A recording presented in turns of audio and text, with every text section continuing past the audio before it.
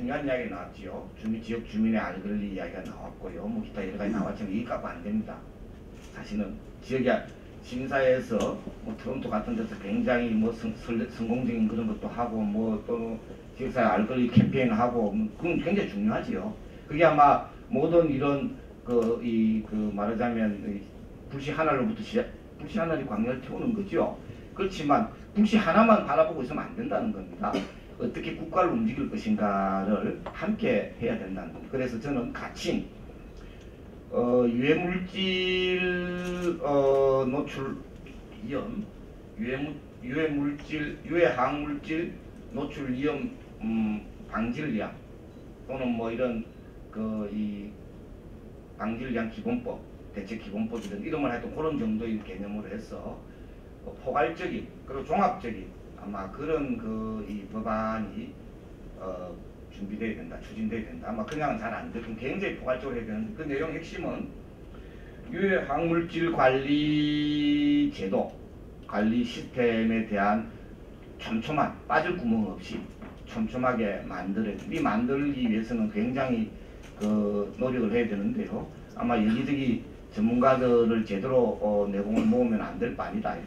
근데 대충 뭐 의형부형 하면은 그냥 술렁술렁 빠져나가는 그물처럼 그물코처럼 그냥 빠져나갈 겁니다.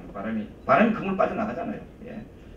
그다음 두 번째로는 그 내용 속에 사고 발생 시에 화학물질별 그런 이 대응 매뉴얼을 어떻게 만들고 공유할 거냐 이 내용이 또 반드시 같이 들어가야 됩니다. 세 번째로는 어떻게 재난 구조를 응급재난 구조를 효율적으로 할 것인가 하는 게 반드시 들어가야 됩니다. 네 번째로는 이제 지역사회 알권리를 어떻게 할 거냐. 지역사회 알권리도 예를 들면 여기 우리 이 박사가 여기에 제안을 해놨는데 그것보다 몇 개가 더 들어가야 될 거로 저는 봅니다. 제가 볼 때는요. 뭐가 더 들어가야 되냐 하면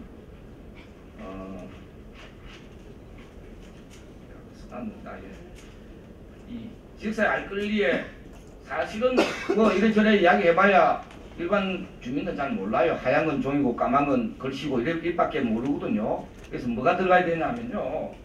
이 어떤 피해 증상과 어떤 피해 현상이 나타나냐. 이 수요자 중심으로, 지역 주민 중심으로 이게 만들어져야 됩니다. 이 정보가 공급자 중심이 아니라. 예, 그 다음에요. 응급 대응 방안 이런 내용들이 이 박사 이야기한 내용 속에 추가가 돼야 될 부분이 그런 부분이 들어가야 그래서 어떤 피해를 볼 것인지가 나와야 지역 주민이 하들짝 놀라가지고 이제 발동이 되기 시작하는 겁니다. 대충 물질만 쫙 나와 있으면요 이게 뭔지 몰라요.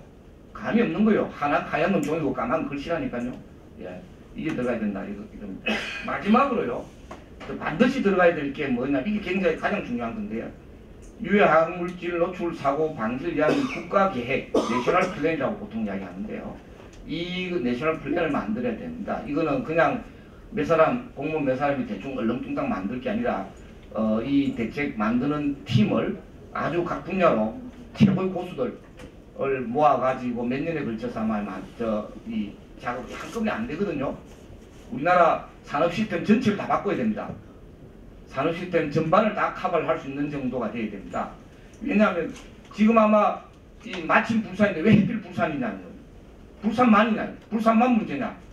다음에 보팔 3차 같은 메틸 이소시아네이트가 터질지, 다음에 또 무슨 포스겐 가스가 터질지, 또 뭐가 터질지 알 수가 없는 겁니다.